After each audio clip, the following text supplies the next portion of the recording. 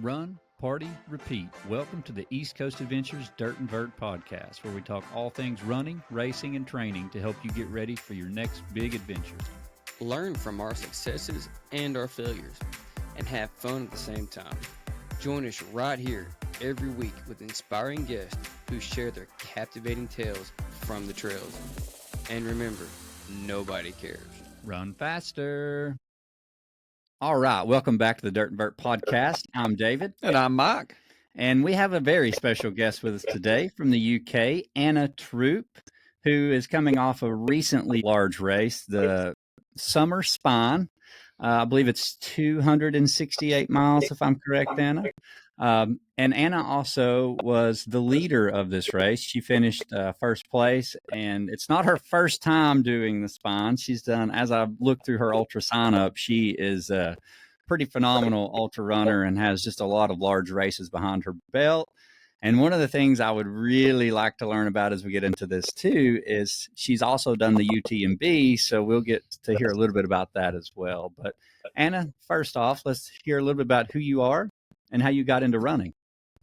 Hi, thank you so much for having me on. I'm a 55-year-old ultra runner, so I'm heading towards the sort of later days of my ultra running career. But I got into running mostly through, I was a lightweight rower. So I needed to stay light, and running was one of the ways that I did that. So that was the first time I got into running. And then I really got into running when I had my children, and it was something I could do quite quickly, stay fit. And so that was when I started to do more and more running when I was mum. And then I did what so many people do, and they get into doing Ironman and they do longer stuff. And in my early 40s, my husband and I decided that we needed something we could do together. And this plays to your UTMB story. And we were actually on holiday in India together. And randomly in our hotel, the president of India, the president of France was in the hotel at the time, a chap called Sarkozy. And his bodyguard was with him because he was running on a treadmill. And the bodyguard had a UTMB t-shirt on. And my husband went over and looked at this bodyguard and thought, that's quite a chunky chap. If he can do UTMB, we can do UTMB. And so that was where the sort of genesis of the idea came from. We were looking for something we could do together because my husband had atrial fibrillation. He could no longer do really flat out racing with his male friends at that really high level heart rate. So he thought, what if he runs with me? That's a bit slower, a bit easier. And so we started training together for UTMB, and that's when we started to get into ultra, because back then UTMB was still, you needed qualifying races and you needed points, but our sort of ultra journey started with this idea that we wanted to go and do the UTMB race. So we had no knowledge of doing anything really long. We'd both done loads of marathons, we'd both done the Ironman stuff, but learning how to do ultra was a whole new game. And I remember we did our first 60 miles and it was just the most tremendous experience. It was just, we couldn't believe we'd run 60 miles. Well, we didn't really. We mostly hiked. I had a massive backpack because I'd heard that people get hypothermia doing these things. And I was in walking shoes, which was a terrible idea. So all of the things you do wrong, we definitely did wrong. But we loved it. We absolutely loved it. We loved the ultra community. We did both of those races. And in 2014, we went over and did UTMB, because back then you put your entry in and there you were off. You did UTMB. And that was the start of doing our UTMB pretty much every year. Because, again, back in the day, if you did it one year, then it was points for the next year. And it got easier and easier to stay in UTMB. And it's all changed now. But that really kickstarted the ultra career, I guess, and we both switched to doing that. And over time it became obvious I was better at doing these very long races, the hundreds, and then even longer, and he was better at the shorter races. So now we tend to do things slightly separately, but that led me into doing the Spine back in 2021, I think, for the first time, and starting to go really long as opposed to just doing the hundreds. But I still do a mix. I've been injured for a few years, but the Spine is my sort of first race back, and I think I'm probably now, again, I think it's probably age, I'm just better at the really long. But so that's how I got into it. It was a bit random, but it came off a really long sort of, I suppose, lifetime of endurance sport. First the rowing, then doing some running, then doing the ultras, and constantly staying fit. What distance did you first start out with? The first ultra we did was, it was 60 miles. But in the UK, depending on the terrain and where you do it, they're either really gnarly or they're more straightforward. And this was a bit gnarly, and we really bit off more than we expected to chew, I think. Was you a big runner back prior to this? I mean, 5Ks, 10Ks, halves, or things like that? I mean, I know you said you did a few, but what was the start of that? It was always marathons, and I mean, I did half marathons. Again, as a younger athlete, you're quicker, you can do stuff at a quicker pace. And so the half marathons, I guess, was where I started. They very quickly progressed into marathons where I was probably just a bit better.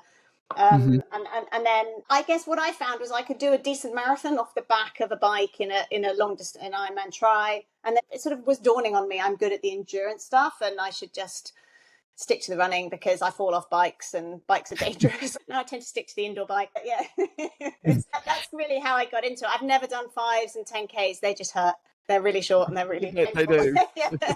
It's 20 minutes of pain.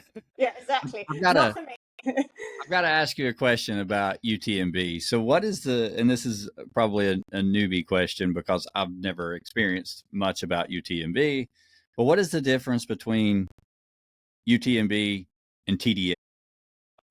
Okay, so that has changed over the years. Once upon a time, UTMB was the big one. And TDS was always really, really hard, but it was slightly shorter.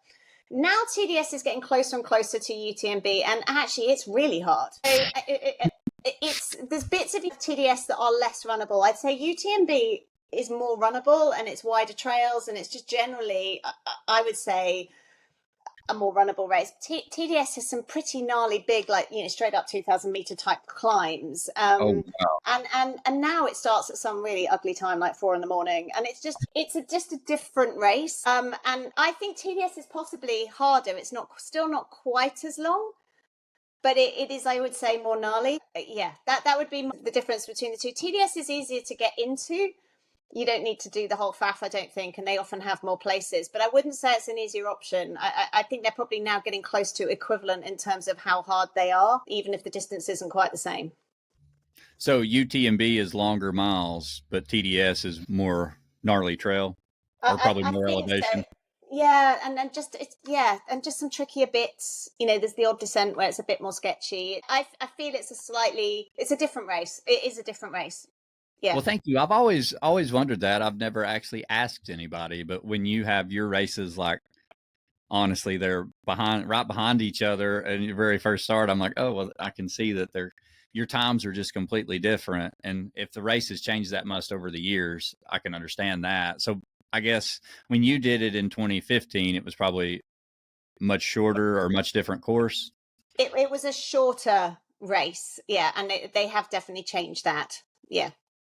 Okay. So how was your experience that very first UTMB with your husband? How did it go?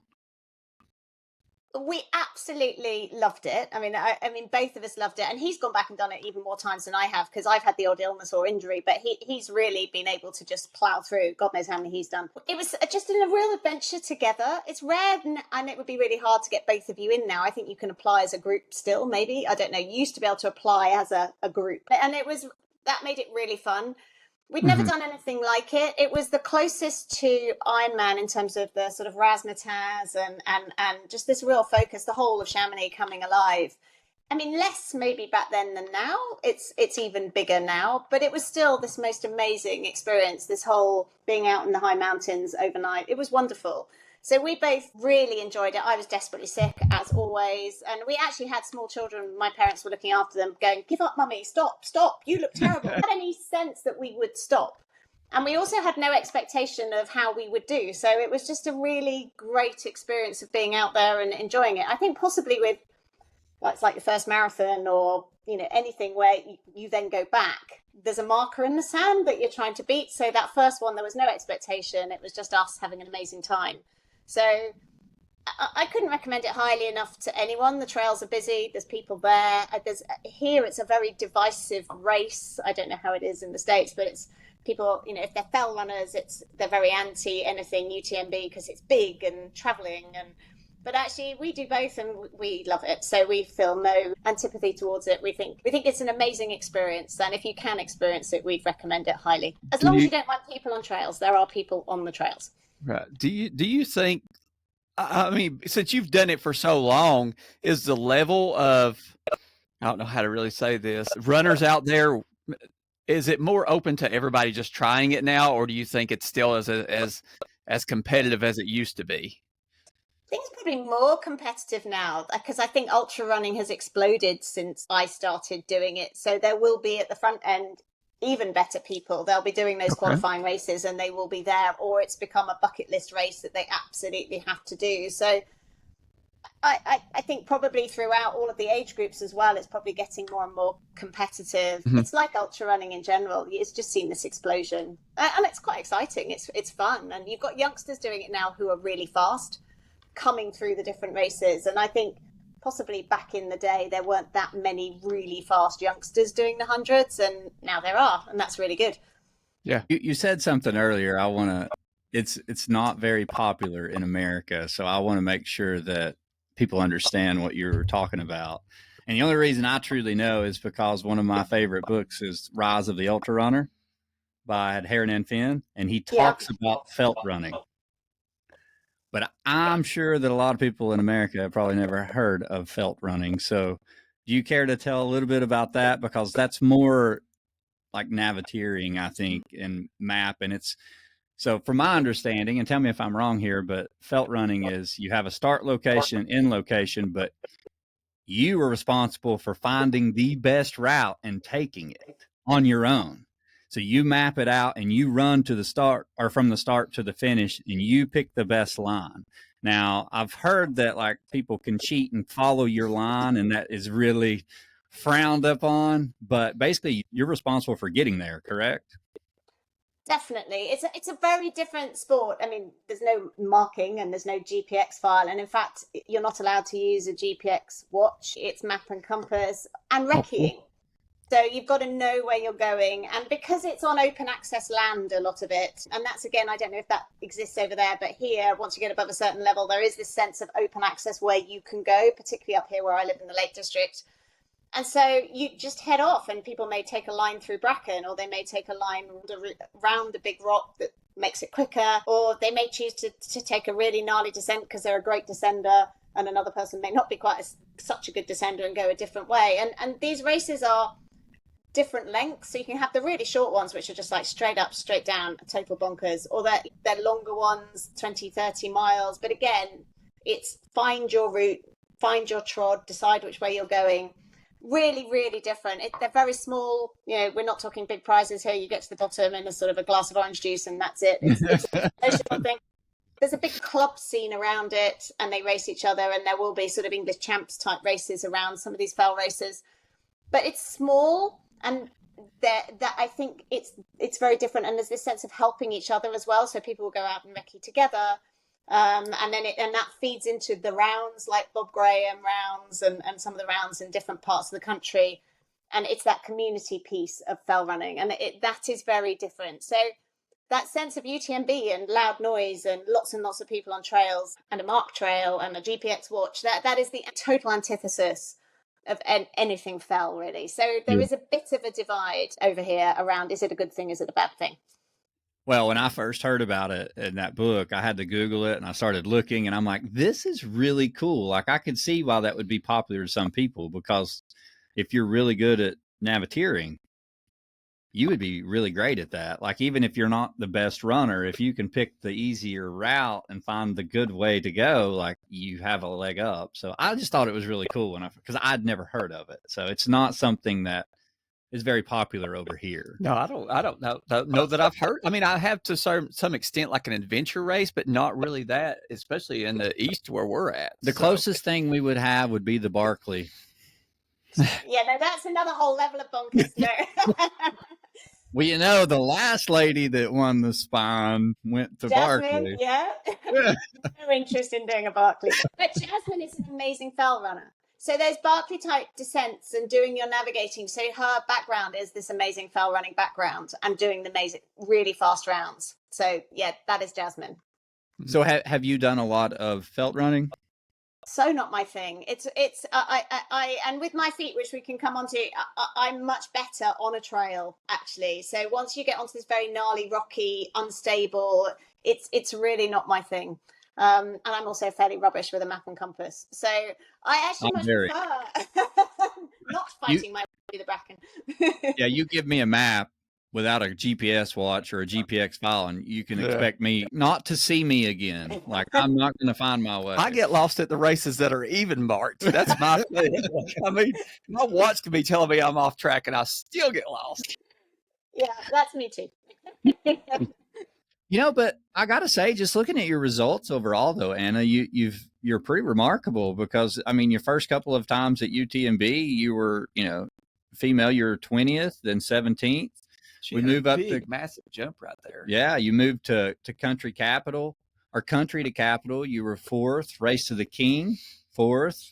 I mean, you've just Dame's Trot, 50 miler, first. I mean, you've got just a decorated list of races. I want to ask you a question though. Like you went from like triathlons and marathons to ultra running, and then obviously jumping into UTMB, and then you're doing some of these 50 milers, leading all the way up to what you just did at the Spine. But how much of a learning curve was there for fueling from going through this transition? Because we all battle that, and some of us still battle that. I don't think you ever really get it dialed in. Some races go really good, some go really bad, and what worked in the last race may not work in this race. But when you first got into it, what did you have any struggles? I still really struggle with fueling. I mean, the way I've learned to try and manage it, I mean, I throw up all the time. I mean, let's get that. Yes, I love it. I throw up. I feel really, really nauseous and sick. And, for at least 60 miles of the Spine, it was like that. It was like, I can't eat anything, can't drink anything. And I think I've learned with experience is not to worry about it. I was cheering and sort of marshalling a bit of a race here yesterday, and there's loads of people coming in, but I haven't eaten for 5 miles. It's like, well, just don't worry about it. Just crack on. You'll be fine. 5 miles is really not the end of the world. And I think there is this sort of real anxiety that people have around, oh, I felt really sick, or I haven't got any fuel in, or I haven't been able to drink. It's like, well, unless you're keeling over, you're probably fine. Or sit down in an aid station for 5 or 10 minutes. You'll probably just come back. Yes, if you are aiming to be David Roche and win hard knock on 100 whatever grams of carbs an hour, then yes, there's clearly a problem. But that's not me, and I'm going slower than that. And if I tried to do that, I'd definitely throw it all up. So I think what I've learned about fueling is just to go with it. So when I can eat, great, get it down. And when I can't eat, don't worry about it. And when I get to an aid station and there's loads of food, and by then I'm absolutely starving, happy days, just pile it in. And then I don't worry about it, and I just run on anything at that point. I think that's the joy of the longer ones. You're not going so fast. It actually is such a problem. You could run on a really full tummy and it's fine. I find drinking just as difficult as the fueling. The drink won't stay down either. But again, I've just stopped worrying. It's I remember in that very first UTMB in 2014, my husband just stopping me and saying, until you've eaten this croissant, we're not moving. And trying to get that croissant down, I was choking on this croissant. It was like, whoa. And if you can eat, it's such a difference, and your legs love it, and suddenly you can really move. But if you can't, there's just no point. And you just have to go with it. So the other thing I find, and I'm sure you both found as well, that one race, this is amazing and you can eat loads of it. And the next race, you look at it and you're green. And it's just like, that's not going anywhere. And I think it's fine. This time I had the same issue. I had a pack and a drop bag full of stuff. Couldn't eat any of it. Literally couldn't touch it. It was like, oh, okay. So then you just into aid station food, and you just make it up as you go along. So the fueling has been a real issue for me all the way through. And we went and did Javelina with my 16-year-old at the time. She was desperate to do 100 miles. You can't do it in the UK. You're not allowed to race. Oh, really? No. Really? Gotta be, yeah. I think maybe it's the insurance. RDs can't have youngsters. Now, she was really keen, and we knew she was fully grown. And we spent a year training her up, mostly hiking. And Javelina is brilliant because it's 20-mile loops. And Javelina is brilliant because it's costume and it's quite low key. And so we took her over and it was great fun. And we thought, if she wants to do 100 miles, that is the one to do. And we there, because it was her pace, not my pace, I could eat everything. And the aid stations at Javelina were like, pizza! It was like, so for the first time, I experienced fueling in an ultra. And there was no issues at all the next day. I'm like, absolutely fine. Yes, it's a little bit slower, but it was still 27 hours. She did well. Oh, yes. Yeah, she did really well, but it was actually the fact I could eat. And so what we did after that was, okay, so if I can eat when I go a bit slower, keep the heart rate down, in the early stages to try and do that. But you know what? Even then, 40 miles in, you've done all that and you're still green and heaving, and it's like, oh. So I'm not sure fueling is ever something. I know you can train your gut, and you can. I've never managed to train my gut. So I think any coach who says you can sort this out, yeah, I'm not sure you can. I think it just, some people can, and some people can't, and I'm just one who can't. So Well, yeah, congratulations to your daughter, though. That's awesome. 16 years old and 100 miles in 27 hours. That's great. And Javelina's it's not really easy. It's very hot. I mean, it is very hot. It was very hot. Yeah, we've never done the arm warmers and the ice cube thing, and and she loved it, and she has really drawn on that experience. She's now 22, and she's racing and rowing a lot, but she comes back to, if I can do 100 miles, I can generally do most things that life throws at me. So it was an amazing experience for her to do that, and it was a brilliant race to do it as a parent. Yeah, I've always, me and Matt always joke that, on here that everybody should experience 100-miler at some point in their life, because it truly makes you realize what's hard and what's not. Like it puts a whole new perspective on when you say things are hard. So the fact that she's learned that at 16 is pretty awesome. It's going to help her so much in life to realize like what truly is hard and what things you can just, it's just everyday life. And also to experience those ups and downs and to work through them, because that is 100 miles. No one has an amazing time. It's, I was reading Caleb Olson's reports on, his Western States, and it's so raw, and it was just, he obviously had a miserable bits and pieces in there, lots of misery. And you're like, okay, so even the top have a miserable sort of, and they're coping with it. So that up and down piece, I think, learning how to cope with it, learning how to just work through it, knowing that it will get better, that's a brilliant life lesson.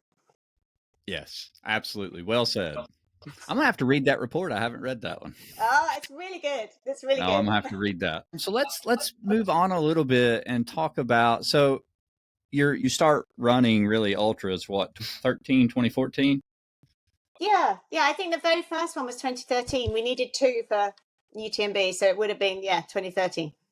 So it looks like you run a couple every year. Then you do Snowdonia, which I have never heard of, which is a UTMB race, 50 miles. It is now. Yeah, that was actually the very first year that race was put on. Really? Yes. Sounds cold. Yeah, that is really technical. Is it? Yeah. And is it in the summer? It is, but that doesn't mean anything. This is the UK. Well, good point. And then I see your arc of attrition 100-miler on here, which you were second female. Then your Javelina 100, and looks like you did arc of attrition again. So just curious, why did you do that race 2 years in a row? Well, again, that's now a UTMB race, funnily enough. Is it really? That one is as well? It is too. Yeah. So wow. It's on the coast path of Cornwall. It's run by a very lovely race director team. And the first year we went down there, 3 storms hit at once, and we learned a really important lesson, which is if you have a support crew, very few of the races we've ever had crew, but you were allowed crew. And actually, that's really bad news if the weather comes in, because you've got an opportunity to go, okay, I'm just calling it a day, if you've got crew.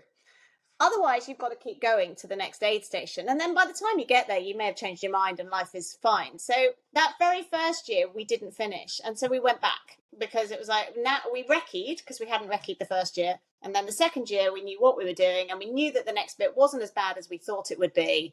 And it's a winter race. So if the weather comes in, it can be really, really bad. And it's very rocky and, you are on a coastal path. And so we wanted to go back and do it. And so we did. And I was thrilled with the second, but I knew that I could do better again. So we just went back and did it a third year. And there's not many races in the winter, or there weren't, that you can really go and have a winter race. So Arc of Attrition was good for that. And so it just fills a gap if you like racing. And so we went and did it a third time and got better and better at it. So I think it's one of those races that when you know what's coming as well, you can get better at. And I actually did quite a lot of strength work before that one. So I was really strong for that one that I won. And we knew where we were going, and that helped with the nav. Even though we had GPXs, it did help with the nav. So it was good. It was it's a fun race. It's a really good race, but it's harder than it looks on paper. Well, you had a fantastic result. So both times you did great. Looks like you even shaved 2 hours off from year to year, which is pretty impressive. Some of that, and I can't remember exactly, some of that could be conditions. So it gets very wet, very muddy, very rocky, very slippy. But I think it was that both years. I think I just got better, if I'm honest. I was just running better and just stronger. Yeah. Yeah. So, moving on to your next race, you have Lakeland 100, and you do those back to back as well. And you won it one of those times. At what point, I know you had a pretty bad injury. When did the injury happen? So I'm not really designed to do long distance running because I have what's called coalitions in my feet, which we didn't discover until I started doing ultra running. So the bones that should move freely are slightly joined together in both feet. Your heel bone comes right under the sort of underneath your arch, if you like, and a normal runner, their foot will slightly splay as they land and it will dissipate the forces. And mine doesn't. So it just bangs on the front of my heel bone. And over time, sometimes, not all the time, the heel bone can get a stress fracture in it. First it bone bruises, then you get a stress fracture. And the first time was actually way back 2012, 2011. The first one went on the other foot. Didn't know what it was. And again, being slightly younger back then, it mended fine. You're in a boot, it mends, you crack on, and it wasn't a big deal. Then the other foot went, and it was COVID, and that took a bit longer because no one really knew what it was. And as any runner, you don't want to admit you might be injured. You definitely don't want to admit it might be a stress fracture. So you ignore it. It's totally fine. Yes, it hurts to walk, but I'm sure it'll be fine if I run. So, that was all the things that we all do all of the time. And so COVID wasn't particularly helpful. So that took a bit more time to mend. And then as I was in the run up to UTMB in 2022, I could feel it going. But again, I'm a runner. No, clearly it's not going. And literally in the run up to UTMB, I can't even run very far at all in the couple of weeks before. And I remember my daughter saying to me, she said, you realise that if you run and race UTMB, it is likely to break. And then you'll be out for 6 months. So the sensible thing to do, I love it when your children give you advice, the sensible thing to do would be not to race. Let it mend and it'll be fine. If you race, and I was like, yeah, but I want to race. I'll take the risk. It might not. And literally coming into sort of towards Courmayeur, which is about 46 miles, sometimes you just catch a foot and you land slightly heavier. And I felt it break. It was like, damn, oh no, definitely broken now. So I sort of hobbled into the aid station, got them to slightly tape it up, took some paracetamol and just cracked on. I thought, well, I can hike. I can hike up without pain. It's just the down that's a bit tricky because you can't really wait through. And I remember I was really lucky that year. I had an elite start, so I had my elite bib on, and this chap saying to me, you go up hills like an elite, but you're really crap at descending. Have a broken foot. So, it was really fun because I'd had a really great start to the race. So I was actually doing I was relatively near sort of, the top end. And then my husband came through and then he had a really bad back end. So I caught him up. So actually we finished together. But that was when it went in 2022, actually in UTMB. But we got the finish. Clearly that matters. And really unwisely. But then it just took ages to mend that time. And I think stress fractures are really hard. You never know when they're mended. You can do all the protocols, you can sort of work your way back into it, you think it's going to go, and then it goes again. And it was just one of those that just kept going. And in the end, they said to me, look, you have to accept that A, it will probably never ever knit. So this is it, non-union. And B, you'll probably never run properly. And so you're looking at maybe a 5K, maybe a 10K once a week. That's it. That's what you're going to have to get used to. And I suppose at some point I lent into, if I can hike, I'll buy that. Running's great. I love running. But if I can hike, that will do me. And I think once I'd sort of just accepted, this is it. I'm not going to run. It mended. Against everybody's expectations, I went back and I had, God knows how many MRIs I've had, but I had another MRI and they were like, oh my God, this looks like it's mended. And then they were very cautious and I had to be very careful. And I think psychologically, this idea that it was mended, and I still run and I'm still thinking, oh, is that pain or is that an ache? And it probably is. So I am now much more cautious about how much running I do and how much I will do.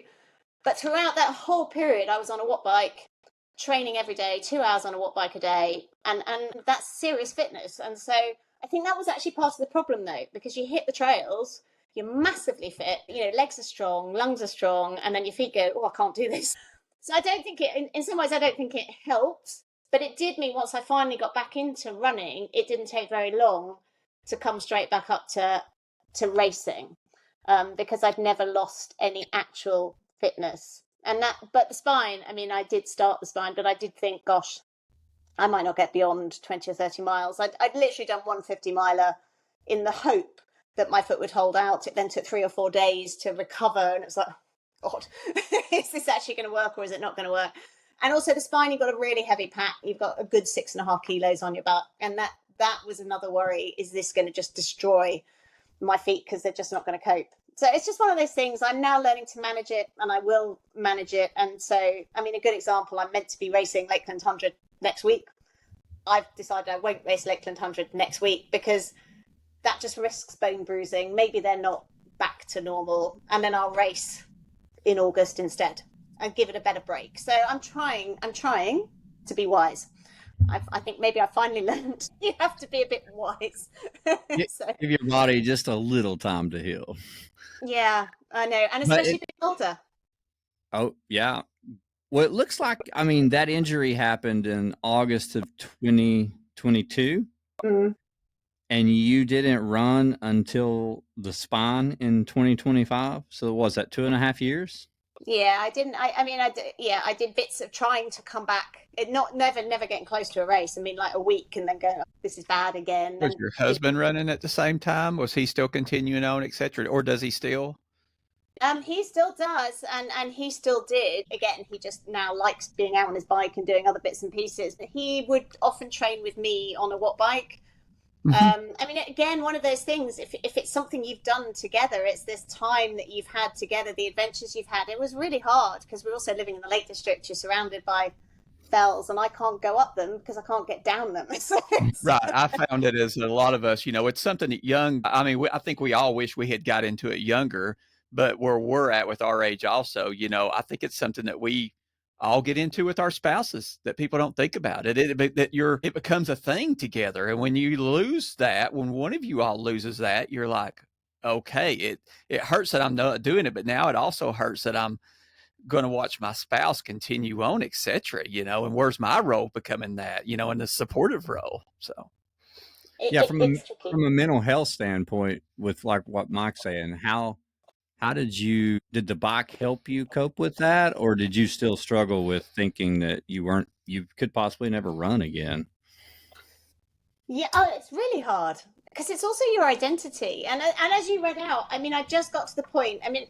Winning things is really fun because you get to do stuff like this. But also for me as an older female athlete, it was really fun because I had other female athletes and older ladies coming up to me going, I love that you do this because you've got me doing it. And now I feel, so there was this really positive feedback loop for me. And that sort of stopped. It didn't stop, but I'm not great on social media. I don't really do any of that. So all of that came through the racing and being around and volunteering and being at races. And so all of that stopped. And so I could support my husband, but I was literally in that supporting role. I think it's really hard for any athlete being injured, dealing with injury, because your whole identity is wrapped up in that sport. That's not healthy either. And, even though you have a full-time job and you're a parent and everything else, you still identify as a runner, and you can't really say I'm a runner. And for 2 years, really, I should have said, actually, I'm a watt biker. That's what I do. But that doesn't have quite the same ring as I think it's really hard for people to understand you are truly injured and you can't run. For that length of time, it's like, well, surely you're just now flaking and you must be back. Or you must be able to. And you're going, no, I can't. I actually can't. And I think for others, it's very hard to understand. So, yeah, it was really, really tough. For me, staying fit was key, because it was my road back. And I suppose one of the things I've always loved about being fit is if someone says, let's go for a massive hike, you can go. You're not going to hold them up. You're not going to slow them down. You can stay up with them. And so for me, that was really important. And then I started giving myself little targets on a watt bike and how fast can you go and what can your watts do. And I actually started reading books like Fast After 50 by Joe Friel. And, And that was really helpful. But yeah, injury sucks. I think that's just the reality of it. And that's why my focus now is stop it before it happens again, and just try and be a bit wiser, and maybe accept that as I'm older, running every day is a really bad plan, and I don't. It's like, do more of it, keep, and I'm never ever going to take the watt bike out now. I will do 3 sessions a week on a watt bike, and the running will be extra. And maybe I don't do so much with a pack, and maybe I just run without a pack more. So it's just trying to tweak it to be wiser, because I really missed running. It was really hard. Makes you not want to, like, just like you said, Lakeland, make sure you don't risk that again.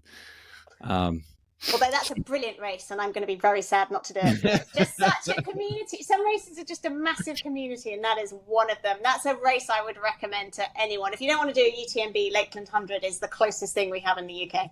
Oh, nice. We're going to have to put it on the list. That's a bucket list race. Do it, definitely. The best of the Lake District, and a brilliant, brilliant race.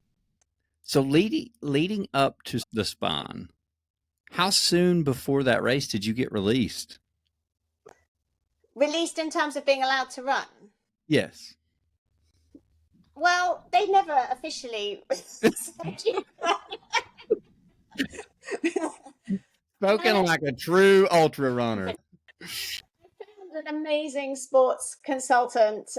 I saw her in February, and she said, so the path to return looks like this, and this was sort of, way, and then it was like, well, how about, and I was going to do what's called the Northern Traverse in April, which was coast to coast, and she was like, that's an absolute no, I don't even consider that, that's like 6-8 weeks away. And so I said, well, how about June? And she said, well, how about we see how it goes, and progression looks like this. And then I saw the podiatrist, and she gave me some orthotics, and she said, see how it goes, see what it does, it might really help. And I don't know if they did or they didn't, but they've now become a mental crutch that I can't risk not having them in my shoes, even though I'm sure they probably don't do very much, but anyway, I have them. And so I just thought, well, it's down to me. They've all said, we don't know. This is an unknown. So let's just try it. Let's see what happens. And what I had done is commit to myself. If it starts to go, I will stop. Because that was the difference to UTMB, where if it goes, I'm going. This was like, no, it's not worth it. I will stop. So I had made that personal commitment. So I was comfortable on the start line. That's amazing. It's amazing what you were able to do at the Spine. With all of that, I mean, not only is that pressure and stress on you, because that's on your mind the whole time you're running this 268 miles. So tell us a little bit. Let's jump into the Spine now, because obviously we want to learn about this, and especially knowing now that you hadn't raced in 2.5 years. You've been on a watt bike, pushing really hard there, but you don't have that impact on your body, which is, that stress is something that we put it on. We run for a reason, to induce some of that stress so that your body builds resiliency to it. So I'm sure some of that was going through your mind, but like showing up at the Spine and getting ready to race, how did all that feel? How was the emotion? So I don't think I realized how worried I was until I got absolutely zero sleep the night before, and which is really bad news when you're going to be out for 3-4 days. And yes, that was bad. And then I think it suddenly became, arriving and registering and someone checking that you can use a map, which, as we've discussed, I'm not very good at either. And you sort of have to get it out and turn it around and bung a compass on it. It's like, oh God. And then you suddenly realize, actually, I'm really worried about this. And I don't think I knew how worried I was until I didn't sleep. And then I realized I really was worried. I think there was an awful lot I'd forgotten. When you're racing relatively frequently, or at least, a few times a year, you know what goes in your pack, and you roughly know what food you're going to have. And there's always a faff with long races. Let's be clear. There's always a faff, but you sort of have a plan. And I'd even forgotten how to use the nav on my watch, which the buttons do, because I've not had to do it. Whereas if you're using it all the time, it becomes second nature, and I hadn't done any of that. And my husband kindly bought me the new Garmin, which is meant to be super duper, and the battery was going to last. And of course, in the race, it just failed within 5 minutes. It's like, oh my God. So fortunately, I had one on each arm. I had the old one and transferred that in Garmin, and like, oh, how did that happen? It was like, well, it did. So I think, stuff, and I mean, this is one of the joys of ultra as well, isn't it? Things go wrong and you have to work your way through that. But ultimately, yeah, I was much more worried than I realized. And I think there's some start line photos and I probably just look really sick. So when I finally got up, having had no sleep, I couldn't eat. I got half a piece of toast down. And that was all I could manage. Raging headache, heart rate was up 30 from where it should be. And I'm like, maybe I've got a bug. Maybe I've managed to get a bug. Shall I race? Shall I not race? My husband said, just throw 2 paracetamol down, get rid of the headache, and give it a go. It'll either be a disaster because your heart rate's going to be through the roof and you will be ill, or you'll be fine and it's just stress. So give it a go. So that's what we did. That's what we decided. And once I was off, and I always, as I said, keep my heart rate low to start with, it was fine. But I mean, I was miles back. They all just disappeared on the road. I was absolutely nowhere. So, but that was fine. And that was my race. And I was happy with that, just doing my pace. But yeah, it was not ideal. Did you have any idea in your mind at all that you were going to win this race? No, I mean, I had an idea. I mean, the funny thing is with these really long races, you kind of know I knew I was really fit. And ultimately, in the second half of these really long races, it's if everything hasn't fallen apart, it comes back down to straight fitness in many ways. Can I keep a really quite sensible pace going for a very long period of time? So I knew I'd been in a weights room, was relatively strong, and I knew that I was fit. So did I think I could win? You never know.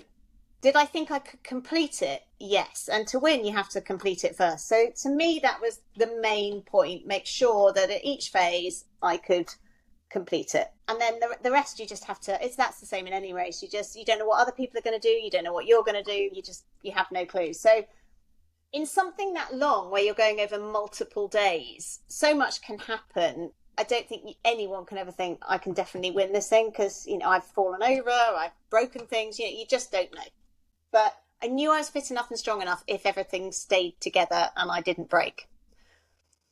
I love how you just broke that down so simplest. And honestly, that is the best way I've ever heard it is, you knew you could complete it. And, that was the goal like that. That's probably the best and the simplest way I've ever heard anybody talk about a 200 to 300 mile race. And it's very true. So when the race started, did you run with anybody or did you just run your own race the whole time?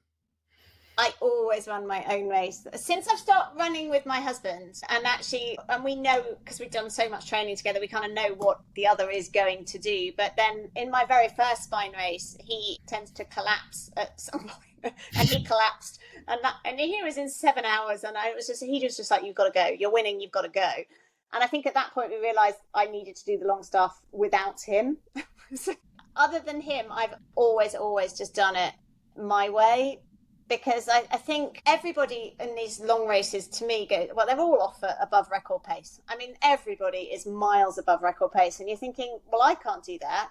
So I've got to run my race. Mm-hmm. Then when you get through they all race to the first aid station, which is about 48 miles. And you get there and then everyone goes, oh, I've run 48 miles. Now I'm tired. So they all sit there.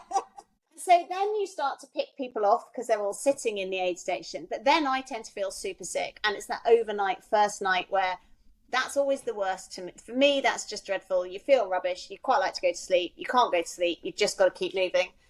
And you feel sick. And you can't eat. So I knew that was going to be bad. And then I bumped into 2 really nice ladies one of them had such bad feet. Because again, the UK, and I don't know about the US to the same extent, but the UK can destroy people's feet. They get wet, then they get blistered, it's so rough, the terrain, and you're not on the path, you're on bits of bog and bits of, I don't know, sort of, we call them baby's heads, sort of coarse grass that were making your feet do this all the time. So people's feet get destroyed. And her feet had been destroyed by this point. And so she couldn't run. I was feeling rubbish. So we just sort of teamed up, the 3 of us. And we literally marched through the night. Now, they are fell runners. So these ladies are doing exactly the stuff we were talking about earlier. So they are amazing up a hill. So the fact we weren't doing very much running didn't really matter because actually we were moving so fast over this ground that we were probably moving as fast as most people were running it. So we dropped her because her feet were so bad she did drop eventually, and I carried on with the other lady. And then when we got to the next aid station, I'm starting to feel better. This was her first, I don't know, she'd never done more than 70 miles before. So by now she's into a whole new territory. So I went on, and because I was feeling now, I've eaten, I can move. And other than that, I was on my own, pretty much. Till I bumped into the first man and we walked for 4 miles together because his feet were broken too. And then that was it. I'm literally on my own. So I have to do my race because half of the time you are on your own. And yeah, then you're in your own head. I don't do music. I can't multitask because then I fall over and you've got poles. And then other than checkpoints, it's just if you see people at the side of a road and again, you're across these moors. You're not in sort of civilization really. You are mostly in really barren places on your own. At what point or at what mile did you pass the first place male? 160 coming into the fourth aid station. Wow. So you then went 100 miles alone. I mean, at that point, you're in the lead. So you're 100 miles by yourself. Yeah. Is that something that you've experienced before, leading a race for that long? I've led the women's race for that long. I mean, I have to admit, I don't know whether I'm not sure whether this is sort of okay to say or not, but I only really ever race the other women. And I never really think about racing the men. I just think about racing. So I have been in the lead of the women's race before for long, long periods of time on my own. In fact, from even earlier on my own. And even in this race, you always assume that someone might come back. It's just a dreadful feeling. It doesn't really matter how many hours you've got, it still feels dreadful. Yeah. So, yeah, I was literally on my own, and I have experienced it before, and I don't really mind, but I would rather be 24 hours ahead than 6 hours. It's a much better game. Well, and it was a staggering time too. Like man, it's been a while since I read that article about you on BBC, but how far ahead did you finish in front of second place? 6 hours. Yeah, that's incredible. And was that a... No. It was actually another female. Oh, even better. How awesome. Yeah. So the third place was first place male then. The third place was first place male. I think I remember reading that. So you still finished second place, 6 hours ahead. And I assume that was a new course record it wasn't? No, because my course record, because I've got the course record from other years, is much, I don't know, it's about 7 hours faster. But yeah. So there's a couple of things that change, though. The pack is a bit heavier, which makes a difference. If you've got another kilo of mandatory kit, that's a difference.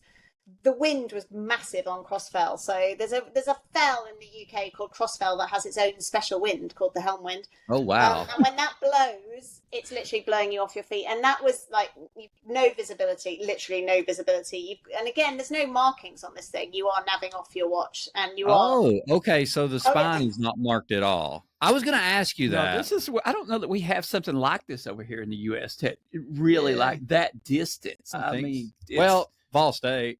Well, yeah, but you got aid, and we're around civilization. And her pack in kilos to pounds. Well, you all have aid stations, though, right?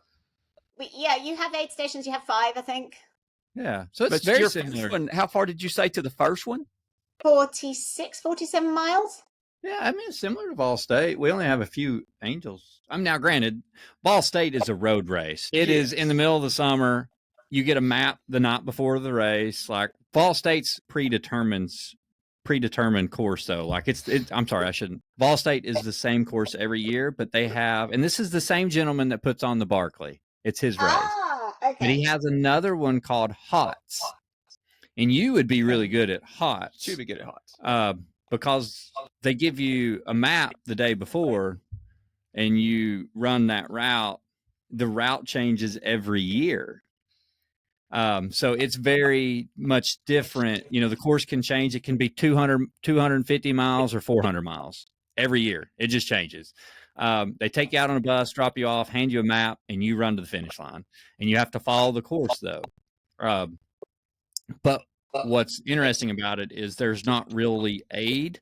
There are angels that can set up aid if they want to from the community. The race does not provide it. So you have to stop at gas stations and other things to pick up food. But now, again, That's not like the Spine because you're No. truly on a gnarly trail. She's carrying all her Yeah, stuff. carrying all your gear. You can at least stop at stores and buy stuff here. So it's similar, but not 100% by no means. And you can do that in the Spine, assuming you get there when they're open, because they may not be open.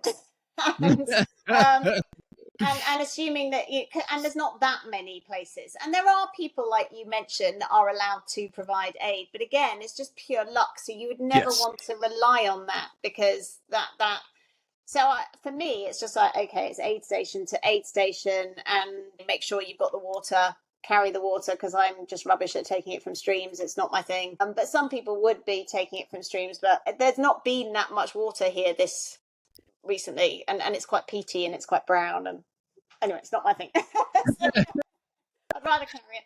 Yeah, to Mike's point though, I don't think we really have a trail race that would be anything even close to this, because everything is land. It's like everybody not necessarily owns anything, but out west where we use, like in Arizona, there's public land out there that's more open. Over here in East Tennessee per se, it's not very, what I'd say, navigable in terms of like you can just go everywhere and not touch somebody's property, or there's not races like that over here in the eastern U.S. Out west, they have a lot more land to do that, but I think they still mark the course. Right. So I don't think there's anything similar. And it's open too. You can see for miles and miles. She was saying there was no visibility right in front of you. So well, and cool that's just the weather. That is what happens. The clag comes in because you're going over some pretty big, hills and yeah. So what kind of weather swings do you see over the span of this 268 miles?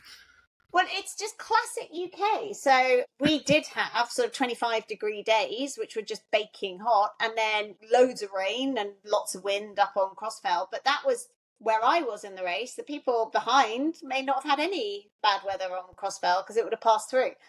So the trail is the Pennine Way. It goes up so it's a national trail, but it's not. It's on a map, but it's not. You just got to find your way, and people get lost. I mean, I always manage it every year. You're like, oh, where am I? Yeah. So people spend a lot of time recceing to try and remember it, but then it's 268 miles, and you're a bit tired and sleep deprived, and you're going to get it wrong every so often. And how much did you say your pack weighs? So it was about 6.5 kilograms, because you've got a lot of mandatory kit. Because you've got to carry a big jacket, full bivy bag. You've got to carry water, food. Yeah, it was heavy. My goodness. So how did your last 100 miles go by yourself? So you don't listen to music. So you're just in your head running, and probably trying to be very mindful, because obviously you have the potential for a stress fracture in your foot, considering this is the first time you've truly tested it out at this distance. Yeah. I mean, to be fair, I only sleep, if I'd not slept, if I had had some sleep rather the night before I'd started, then I think I would have been in a much better place that last 100 miles. By that last, because I don't usually sleep very much at all in these, and so I got to the aid station with about 60 miles or so to go, and I had to have 40 minutes, but that was all I had in the whole thing. So so by then you're pretty sleep deprived. You're probably slightly bonkers. You're kind of lucid, but you're also not that lucid. And I find the hardest thing about sleep deprivation and the racing is following the line on my watch. My brain at that point stops understanding that the line on my watch is a trail and a map and a race, and I can't leave that, and I mustn't deviate from that line. So I'm constantly telling myself, you have to stay on the line. You have to stay on the line. And also, I think with head torches, because obviously you're going through the night as well, everything looks a bit different, and it gets that silvery glow. If you're going through forest where they felled, there's bits, the trail may not be completely obvious. It might be obvious in the light, but it's not that obvious head torch, and you're trying to find the way. And I had a really chunky fall where, I definitely, I managed to crack a rib, which was really wise. Oh, my goodness. Well, it's quite easy to do with poles and wood, and so I imagine I'm staggered into this aid station going, I've got this, and I've got a big hematoma here, and I've got this, and they were like, are you okay to continue? It's like, yeah, that's fine. It's just, but I think that's what happens in ultras. You have a fall, something goes wrong, and you just got to get on with it. But that's why I did have some sleep there and took 40 minutes there. But I think managing the aid stations becomes part of it because it's quite cozy and there's people and you don't want to leave, and you've got to be really strict on that time because you're never going to make that time up by running. You've got to be in and out and on. And I think what we don't have is the pacing or the crews that you get in the US in the latter stages of these races. And so you are literally just having to manage yourself. Yeah, it's interesting and it's different, and you are managing yourself when you know that you are slightly bonkers. So did you have any contact with any crew or pacers? Not really pacers, since you're saying that. Are you your husband or anything at any point once you started? Yeah, he turned up, but they're quite strict in how many times people are allowed to turn up, because they've had instances where people have turned up with a van and runners get in, and so they're quite strict. You're allowed to see your runner once. That's what they say. And so yeah, so then it's aid stations or random people on the side of the road, and people do come out and support, which is really nice. And again, it's a community, so sometimes you know people. I mean, it's really, in some ways you don't want people coming towards you with head torches in the middle of the night, because it's like you are in the middle of nowhere. It's like, who are you? So a local runner actually came out and did run with me along Hadrian's Wall. I mean, again, I'd never met him before, and he was very polite and did say, "Can I run with you? Do you want company? If you don't, just say." But that was really nice because, again, having a conversation with someone stops you feeling quite so bonkers, and it brings you back and keeps you moving. And then, but then he left me as it got dark, so it's like, oh, right, okay, I'm back on my own again. I mean, Hadrian's Wall is quite a spooky place in many ways. I mean, built by the Romans, it's got loads of stuff going on, and yeah, you think, well, I wouldn't. If one of my children said, "I'm going to go out through the middle of the night and I'm going to be along here," you go, "You are absolutely not." And there you are in a race, and because you've got a tracker, you think it's fine. It's a very bizarre mindset. They can find me. It's okay. Exactly. So yeah. So did the rib, did that affect you in any way, or were you able to just kind of shake that off and keep running? You just, no, it's not. After I'd stopped, it was really stiff, and then for the weeks after, and you try and turn over in bed and it hurts. But yeah, no, now where are we? 4 weeks or so on, and it's settled right back down again. But it's just one of those. If you use poles and you land on them, it's going to happen. Oh yeah.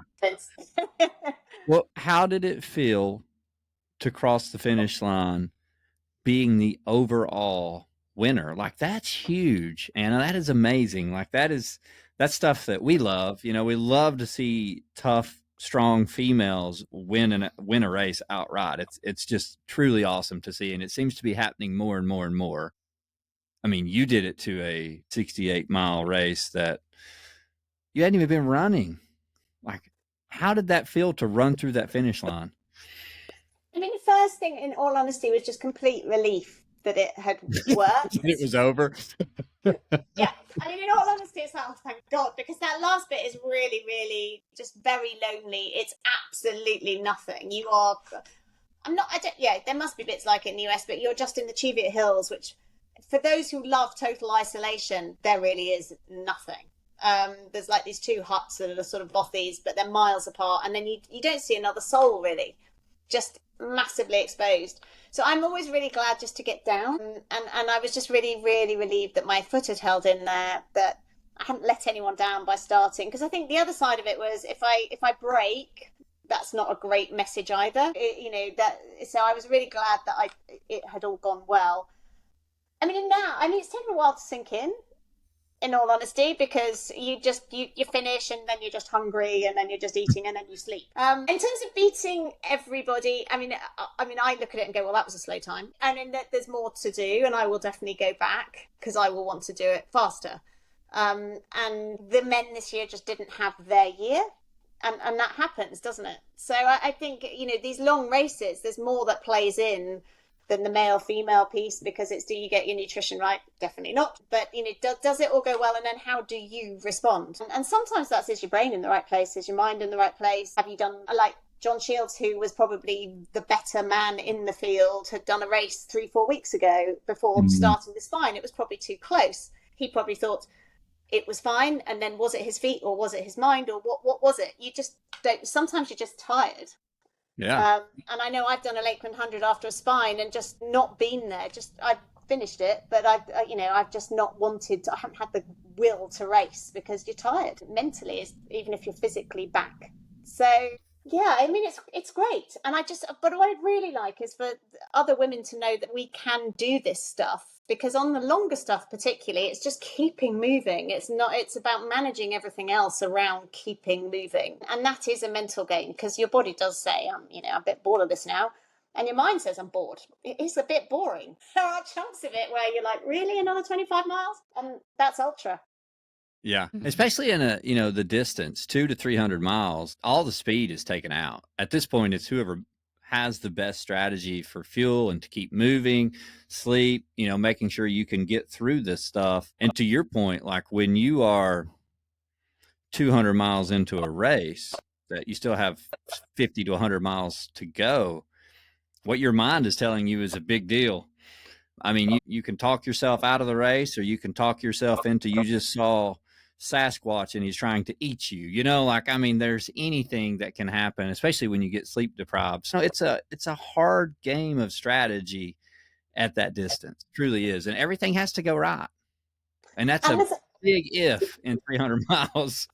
It is, because there's also, when you add vert into it, I mean, I think if you have no vert, you've got just the same muscles being used over and over again, and they get very exhausted. But with the minute you've got lots of vert up and down in it, that creates the risk of injury. The risk of quad is just going to give up, and people's legs do give up. And I think, so again, it's about, have you got the conditioning right before you're even in there? Can your body deal with the extra weight of a pack, which for the females, the mandatory kit's the mandatory kit, but it becomes a large chunk of body weight. When you look at, and it's not a disadvantage or an advantage because everyone's in the same boat. But if you are a 6'2" bloke with 6.5 kilos, it's not that big. Now they'd say they need to carry more food and water, and they probably do, but it's still quite a chunk. And I'm not saying we don't need the mandatory kit, because up on Crossfell, we all needed everything in our packs. And if you really got injured at that point, you would need your bivvy, and it would need to be in all weather. So I can understand why the kit is the kit, but it's heavy. So. And I think when you're going 12,000, and there is about 12,000 meters in the whole thing, that does have an impact on hips and on quads and everything else as you descend, or when you fall over, because it's just a bigger chunk. Yeah. Well, let me ask you this, and then we'll get into the questions. But 2 questions from me before we get into the real listener questions. But what race are you most proud of? I think the one that I am literally most proud of was that Lakeland 100 I just mentioned, where my brain was not there and I really wanted to stop. And I was doing fine. I mean, I wasn't going to win it at this point, but I was going to win the old lady category, which was, still a good thing.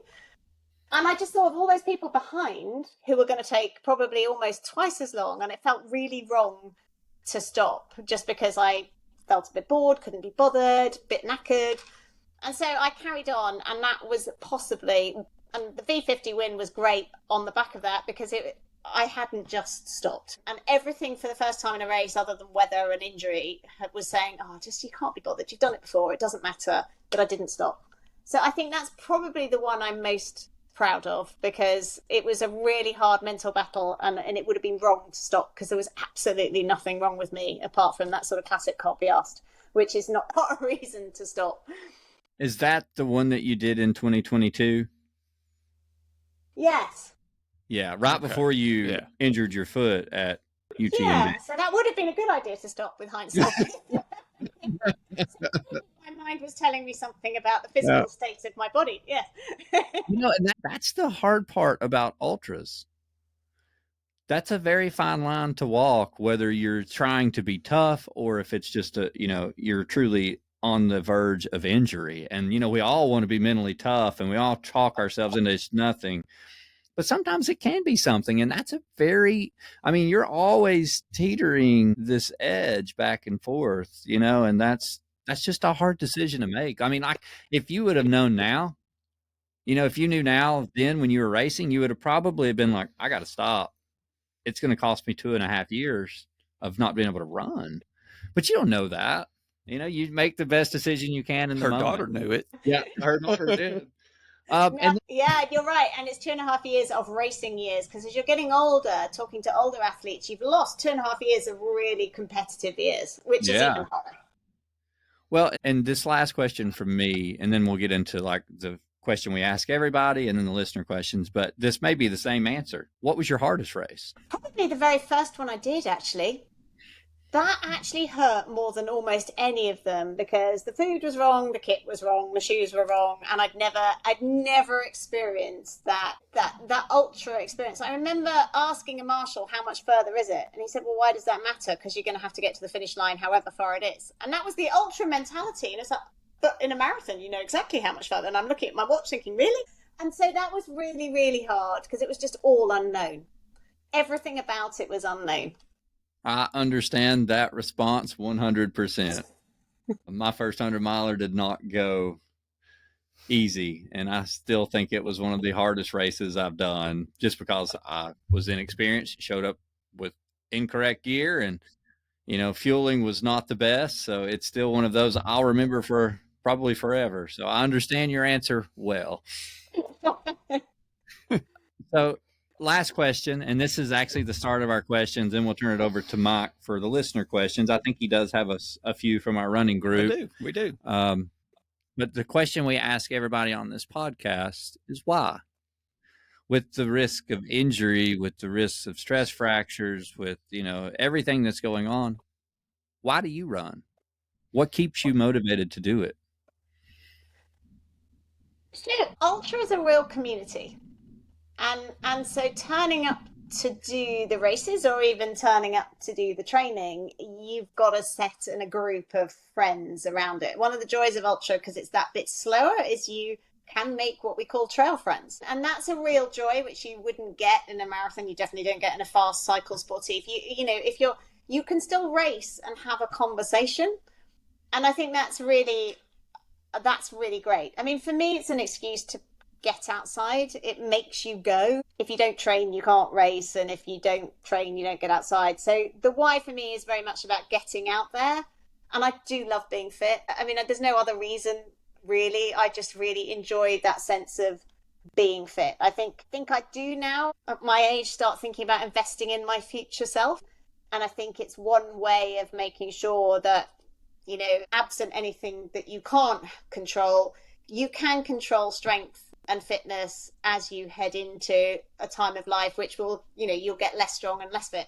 So it's for me, there is also that, because I'd like to be doing this for as long as possible. So, and ultra is quite a rounded sport. You know, you can ignore the weights and you can do, you know, just go out. But actually, if you want to do it well, you've got to do everything that's really important for your future you too. And so that's become more of a why as I've got older. And since this latest injury, it's like, okay, how do I keep myself structurally really strong for the next 20 years so I can still enjoy this in 20 years' time? I love it. You know, and here's another thing that I really love about what you said, and I guess I've never really thought about this until just now, but that's really special about the ultra running community, regardless of what country you're in. You know, like you get that friendly camaraderie no matter where you go and run an ultra. It's just, there's always this community that is accepting and helpful and there for you.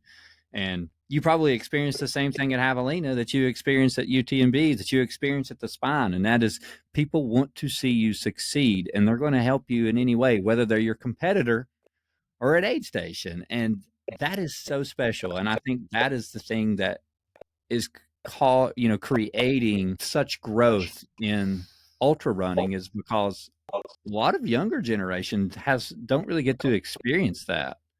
It's social media and it's all that. So when you run in an event, you get to meet people and you get to have communication. You get to be around people that are actually here to see you succeed. And that's a huge difference. And maybe why this sport is growing so much. Yeah, I agree. And I think it's amazing that we all everybody's competing on the same terms. And it doesn't matter whether you're competing or completing, you are all in the same boat. And I have to say, I think in the Spine, those guys that are further back in the field, they've got it a lot worse. they're getting less sleep for more days. They're out there for longer. The weather will change more. They've got to manage themselves. So, I mean, my hat's off to them. I'm not sure I'd want to do it for 6 days, if I'm really honest. But and yes, they get a bit more sleep, and yes, they get the odd shower. But actually, it's really tough. They don't get long in an aid station. So I think there is this genuine respect between the front of the field, the middle of the field, the back of the field. Doesn't matter where you are, there is this genuine respect for everyone out there, and a genuine sort of anybody who crosses that line deserves full respect. And actually anyone who gets to the start line deserves full respect, because it's quite brave. And you never know whether you're an elite or wherever you are in the field, you never know whether you can complete it. It's going to throw something at you. They're always a challenge. So I think there is, that's something I think that's really special about the ultra community. And I'm not sure of any other sport that has the number of volunteers in just out there for you. That's really special too. And you know, one of the things I love about the Spine is you get to know the same people. They come back. There's a volunteer community too, and that's a joy. People who never want to run and don't, just want to be part of it. And I'm sure that's the same in many of the other ultras. And yes, they're amazing. And so that's just so much fun to just go into an aid station and have, as you say, these people willing you to succeed, wanting you to succeed, cheering you on. It's amazing. It's brilliant. Yeah, and great point again. I've said it many times, but the hardest thing you can do is just show up at the starting line. If you do that, you've done more than most of the world will ever do. Fear or not, if you show up and you start, that's the most important thing, because at least you gave yourself a chance. Completing it or not, you're going to learn something out there about yourself. You're going to walk away feeling proud of something. You may feel very upset about something else, but you always learn something about yourself. Whether you complete it or DNF it, you learn something about yourself, and that's important. Well, the ones that are typically winning, you place at ultra, it's great. You feel good about it and so forth like that. But I think what we have all found, and it's still true in most events, is that the winners stick around and they're staying. They'll refresh and they'll go right back out there. They'll either go to an aid station or they'll go right back out there and they'll wait for people to finish just to build them up. It's not like they are all about me. I want you to see who I am. They just, what can I do for you at that point? How can I, like you, to your point, I don't want to be out there any longer than I have to be. And sometimes these guys and girls that are out there for 12 hours longer, 24 hours longer, you're like, man, I really think sometimes they have more grit than me, because I don't want to be out there, and I'm like, when you come back out there and build them up, I think that has to be so great for them. Yeah, it's really tough further back. And I mean, taking even 100 miles, those who are taking 36, 42 hours, that's 36 to 42 hours. That's another 12, 24 on top of the guys who finished in 16. It's mega. So yeah. And it doesn't matter how fast you're going. Time on feet hurts. When you get to that point, time on feet hurts. It doesn't matter if you're walking or running. It just starts. It's tough. And you're right. The people in the back, I mean, they have the hardest race. Yeah. So yeah, and I think it's amazing that we've got so many people turning up to do this now. And so I love the growth. I know there's many views about it and too many people on trails, but actually I think it's fabulous that so many people are finding such a great community and loving their sport and getting a reason to get outside. I mean, it's making so many people hike and that's brilliant for them. So it's great. All right, Mike, we will turn it over to you now to finish this off with listener questions. Some somewhat serious questions. Then we have just the good old fun stuff. Okay, Annie, you've talked about staying mentally loose during suffering, being curious instead of tense. I really connect with that. I'm curious, when you were injured and couldn't train, couldn't move like you used to, what did you learn about yourself in that time? I learned how much I love training, and therefore it was important to me to continue to find ways of training. And so the Watt Bike was that way of training, and I did lots of research on getting better at that, and then also doing more in the weights room to make sure that I was ready to come back when I could. So I learned that I loved training.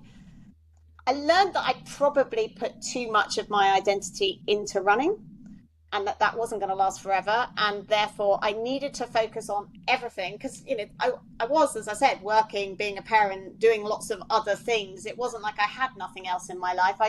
Because I think of those few years of quite decent success, started to identify too much on running.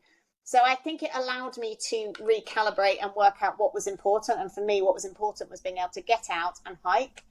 So I think that was a really important lesson. I think I also learnt, and again, when you're wrapped up in it, it's hard, that the only person who really cares about you being injured is you.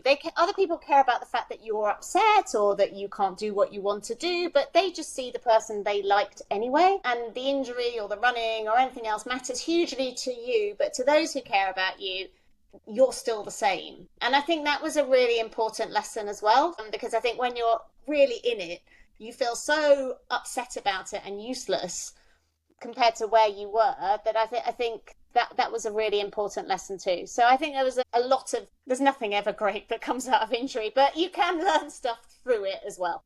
Right. Awesome answer. Back to the spine, and I think you may have touched on this some.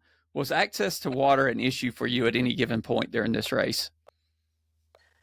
No, because I know it's really hard to get water, so I carried plenty, which made my pack heavier.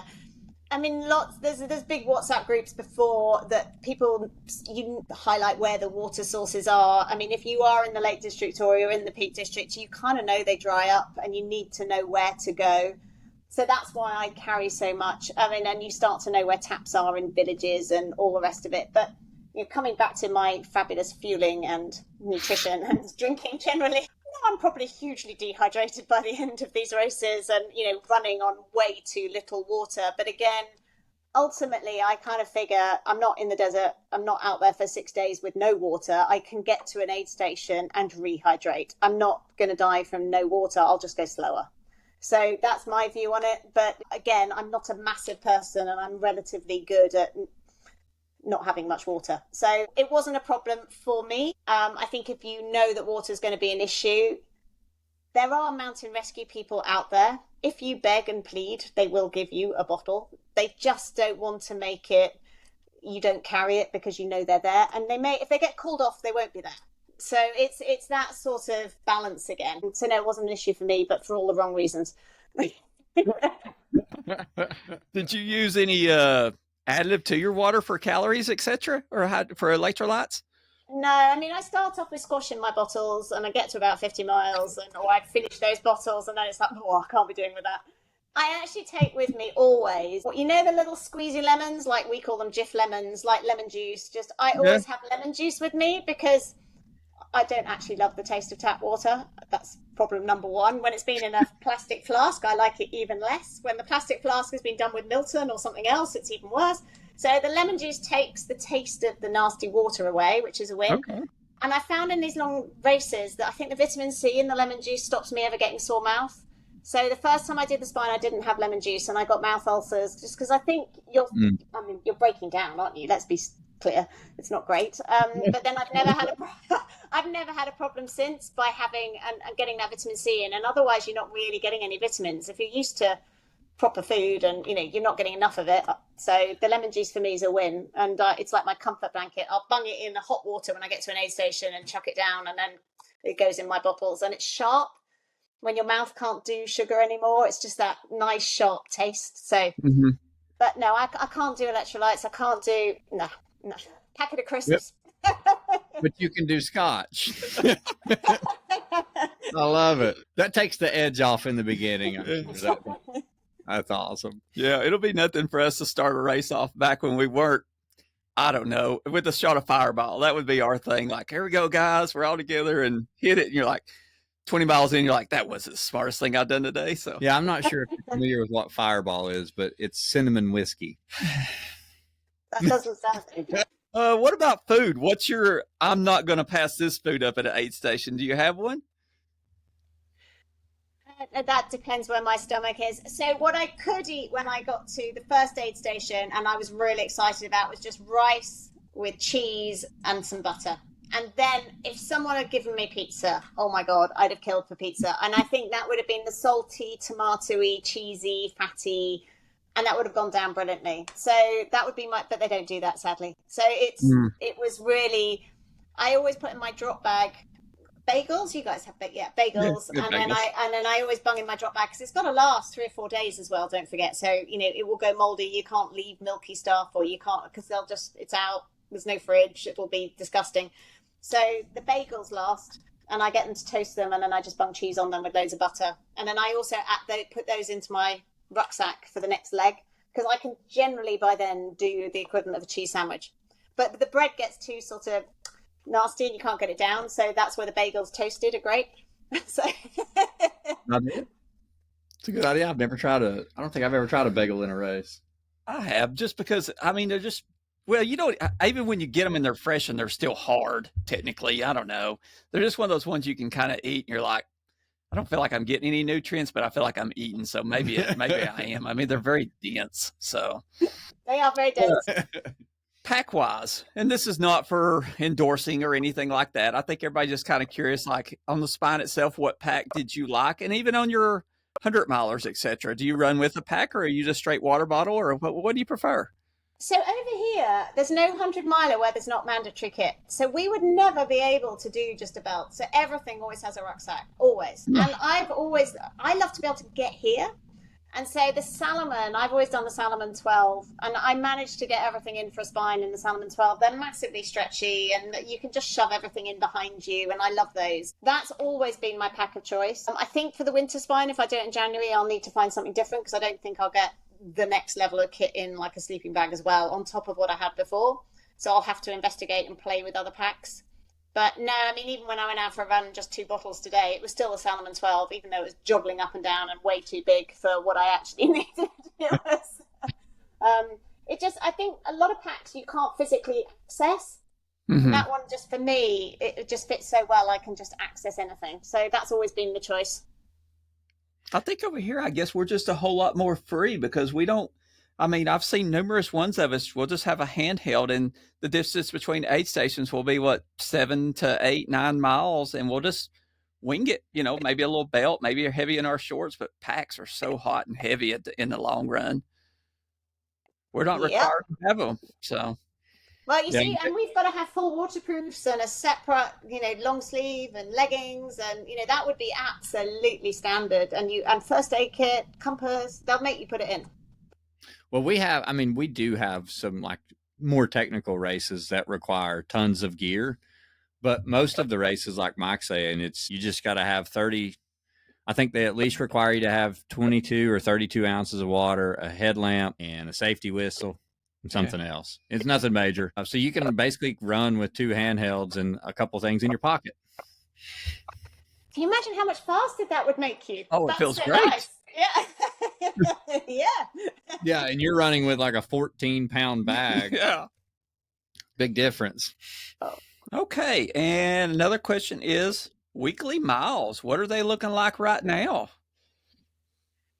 Well, now it's post-Spine, so they're a little lower. I'm going to try and keep the running to maybe maximum 20 to 30 of actual running, and then the hiking, I'm trying to keep the hiking miles. So I'd like to do 50 to 60 miles on my feet a week, but I'm not going to do most of that running. A lot of that will be hiking, and then the rest is all going to be watt biking. So that will be over 3 sessions, but the hiking will be separate sessions. So I'm comfortable doing sort of 12 to 20, and then one more sort of other run. And what I need to do is some better running economy stuff. So the aim is to do some better running as opposed to plodding along with a big pack. What is your mileage roughly a week on the bike? I don't do a mileage, I just do it in hours. 2 hours. You just do it in hours? 3 times, yeah, literally 2 hours, 3 times a week. And I just don't let myself get off before 2 hours, because the minute I would, it would be like, right, I'll just do an hour and a half the next time. And so yeah, always 2 hours. Man, what an adjustment that probably was in the beginning. 2 hours on a bike can be hard at first. I bet you had to work up to that. It's mentally hard, but it's hard on your bottom as well. So Yes. Yeah. The first time I rode for an hour and got off of a studio bike, like a watt bike, it was like I got off and walked, and I was like, I feel like I've been riding a horse for 3 days. Yeah, no, it is. They're mean machines, and yes, they're very efficient. They're great. Your heart rate stays where you need it. They're really Absolutely. brilliant. What do you do? An indoor bike, or do you do it outside? No, I've got a watt bike, and it's inside, and I just open the door and I put a fan on and I just do it. Yeah, and then if it's really hot, try and do it earlier in the day. I like it. Perfect. All right, last question. And Matt's not here, but I have a David and a Matt that I can show a race to and get like, dude, you should so do that. You know, someone that gives me really bad advice. Do you have someone that gives you really bad advice when you find a race that you're like, look at this, what do you think? No, that's generally me that gives me. It's generally the opposite, which is that someone else is going, no, that's a really bad idea. That is so not for you. Yeah. So no, it is generally my bad ideas that are the ones that we have to hold back. Well, that's even better. That's even better. So you're probably the person talking other people into doing races. Yeah, this is a really, what do we do? Yeah, this looks fun. Yeah. She's that friend. She's that friend. She's David or Matt. So Yeah. Do you all have group runs? Do you have a group of weekly, bi-weekly or anything like that? Do you get together with a group of friends to run or anything? There's a big ultra running community in the Lake District, so we all get together on a really regular basis. Even if we're not running, someone might be injured and people might be too fast or whatever, but we often hike together, drink coffee together, have dinner together. Yeah, definitely. That's fun. Cool. That's so fun. Yeah. It's really well, Anna, do you have any questions for us? good. We always catch everybody off guard with that. They're not used to asking us questions, but we always ask. I'm intrigued to know what your listener base is really interested in, and whether that listener base is predominantly male or predominantly female at that moment. Not that it actually matters, but as you know, I'm really keen to see as many women as possible. Over here, we have still less women on the start line of the longer ultras, and I'm really keen that they feel that it's their place too. So I just wanted to understand what your listener base is. Well, in the beginning, we were about 50-50, male, female. We have shifted slightly more to the males overall, and I think that's not because of the content. I think it's just because as we're growing, we're getting more and more people, and I think it's starting to show the true difference. But we're about 60 to 65% male, and then the rest female. So it's not bad. We're usually around 35 to 40% female listeners.